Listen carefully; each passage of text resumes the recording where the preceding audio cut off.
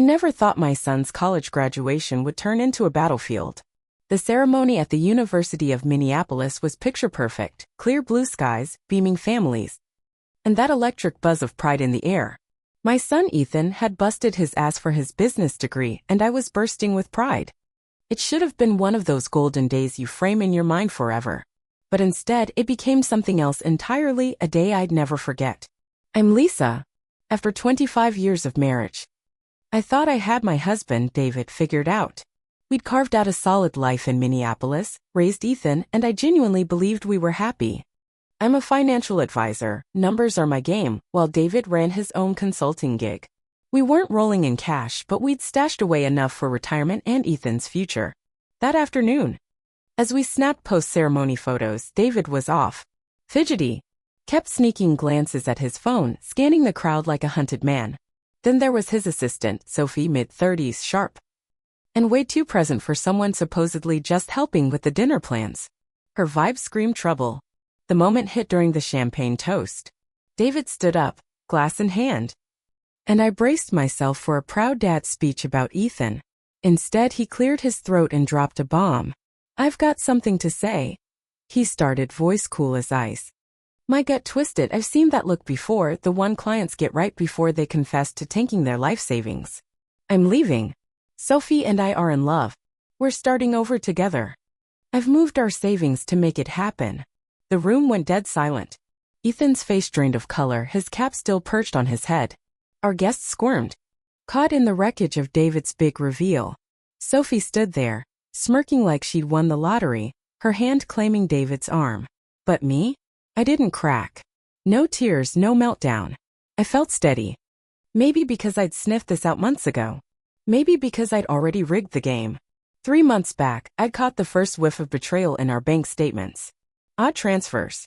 Pricey hotel tabs popping up like clockwork. Always Wednesdays, always the same swanky spot. The Marquette, 2 blocks from David's office. I didn't blow up. I got surgical. Years of crunching numbers had taught me patience, and I leaned into it hard. I tracked every move. Dinners at upscale joints. A Tiffany's receipt for a bracelet I never saw. First-class tickets to Barbados I wasn't invited to. Then the offshore account in the Caymans. David thought he was slick, but he forgot I'd been doing our taxes for decades. I knew every dime we had. This wasn't just an affair, it was a heist. The clincher came from my friend Karen in HR at David's firm. Lisa, you need to know something, she'd whispered over the phone one March afternoon. Sophie's transferring to David's new Bermuda office. That's when it clicked. He wasn't just cheating, he was bolting. And Ethan's graduation? The perfect stage for his grand exit. Betting I'd stay quiet in front of a crowd. Big mistake. I'd already lawyered up with my ace Michelle. For weeks, we'd built my counterstrike, divorce papers, an asset freeze, a tax fraud dossier. I'd shifted our savings to a solo account, cataloged every shady transaction, and locked down proof of his fling. So when David dropped his bombshell, I sipped my champagne and reached for the envelope in my purse. Game on. Sophie waved a first-class ticket like a victory flag. We're off to Bermuda tonight, she crowed. Beachfront property. Funded by your savings. Ethan's hand shook with rage. Guests whispered, torn between fleeing and staying for the fireworks. David turned to me, smug as hell. I've left you enough for a few months, he said like he was doing me a favor. That's fair, right? Fair. I shot back, voice smooth as steel. Fair like me building your company with you? Managing our money while you chased your dreams?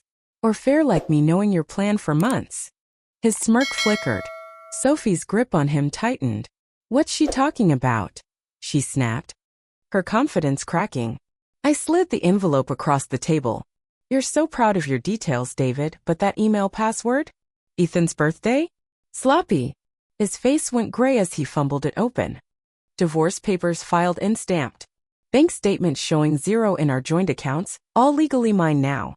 Receipts, emails, the Cayman account, he flipped through. Each page shredding his smug little world. You can't do this, he sputtered red-faced. That's our money. Your money. I arched a brow. The money you siphoned off? The IRS will love your creative accounting. Ethan stepped up beside me, voice raw. You picked my day for this, Dad? David couldn't even look at him. Sophie's bravado crumbled. Babe, what's she mean, frozen? I turned to her, all mock pity. It means your sugar daddy's tapped out. Hope you've got a backup plan. Bermuda's off the table. The crowd watched, jaws dropped. Karen stifled a grin. David's brother, Mark, shook his head in disgust while his wife, Emily, mouthed, "You're a badass, Lisa. You've ruined me." David hissed, his cool guy mask in tatters. "No," I said, stepping close, voice low. "You ruined us when you stabbed our family in the back. I'm just cashing out your consequences." Paper spilled from his hands, scattering like confetti. Then came the kicker, a letter from his board, launching an ethics probe into his relationship with Sophie and his shady spending.